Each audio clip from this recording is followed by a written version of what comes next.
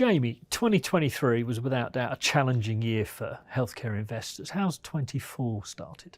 Yeah, so a little bit of history. I mean, we came into the beginning of 2023 and, much stronger economic growth than we thought kind of caught the sector offside a wee bit. And so if you looked at the sectors that really well, it was things like tech, communication services, discretionary and utilities, and healthcare were kind of right at the bottom of the pile.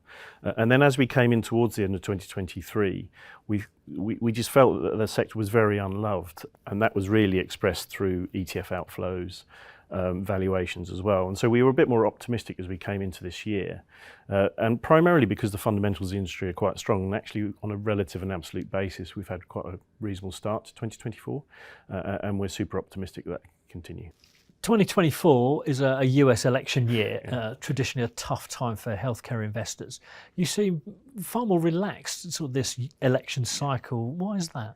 I'm not sure I'd say relaxed, and it's something we're very, very focused on, but we're just looking at the various scenarios that are ahead of us and what that might mean for our industry.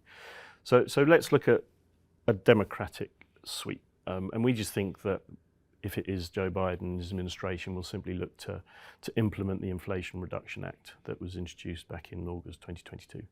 And so on the margins, if they try and extend that, that might be a modest negative for the biopharmaceutical industry, because obviously the net present value of some of their assets might be shrunk with price negotiations.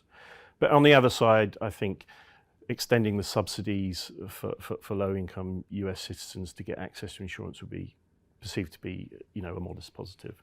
Then there's this idea of a split Congress, which is probably the most likely scenario, and there it's very difficult to see any far-reaching legislation getting through because they just simply won't be able to agree on anything. And so I would argue that may offer a wee bit of relief. And then the final scenario, I guess, is the Republican trifecta. And, if it is indeed Trump, he hasn't been super clear on what his policies are, but if one looks at history, he'll probably try and interfere with what he's inherited. And so he might try and slow down the IRA through the law courts, and that might be a modest positive for biopharma. But the other side of the coin is that he will more than likely, or he may well look to sunset the subsidies in 2025, which is a modest negative for the insurance companies and for volumes. So in any of those scenarios, we just feel that anything that's going to create super amounts of volatility is probably unlikely. So with that in the background, what sectors or themes are you particularly interested in now, whether you've got a short-term and a long-term answer? Yeah, so let's start with the long-term first. If you look at a lot of the things that we've been talking about in recent history, there's a number of durable growth drivers for our industry, and that may be delivery disruption, this idea you can treat patients not in a hospital. That could be innovation, consolidation, emerging markets, outsourcing and prevention. They've been kind of key pillars for us. But in any given year, we try to be a bit more opportunistic and think of what can drive things in the near term. And in that instance, we still think utilization is going to remain elevated as systems work through the backdrop. But we're also a lot more interested in new product cycles. We've seen a lot of innovation in recent history. We're also continuing to be interested in emerging markets. There's been obviously some challenges in places like China. Hopefully there'll be a recovery. And also we're starting to see artificial intelligence and machine learning having more of an impact in our industry. So they're maybe the 3 or 4 things that I would maybe focus on for the next 12, 18 months. Looking at that from a product point of view, if last year was all about weight loss and GLP-1s, what might the 24 product of choice be? Oh, that's a tough one, Gary. I mean, it's like, who's your favourite child, right? There's been so much innovation, Alzheimer's disease, early stage breast cancer, smoker's cough. We've seen lots of innovation in respiratory disorders as well.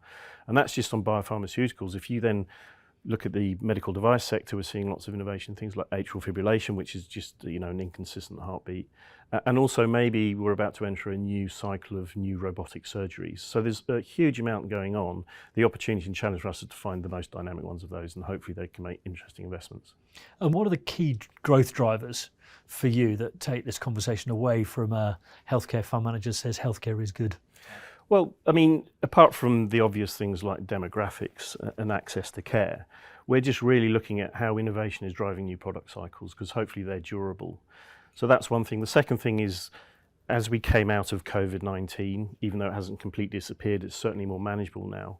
We're still seeing elevated levels of utilization. So is that a big backlog of patients? Is that more active patients?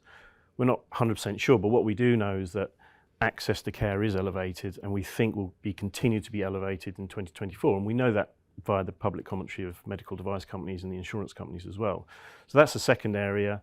We're also hoping for recovery in emerging markets. I mean, if you look at China, obviously for both macro and micro reasons, have had a very challenging period. And we certainly hope that they can come through that, and that can once again be a source of growth for the industry. Lovely, Jamie. Thank you very much.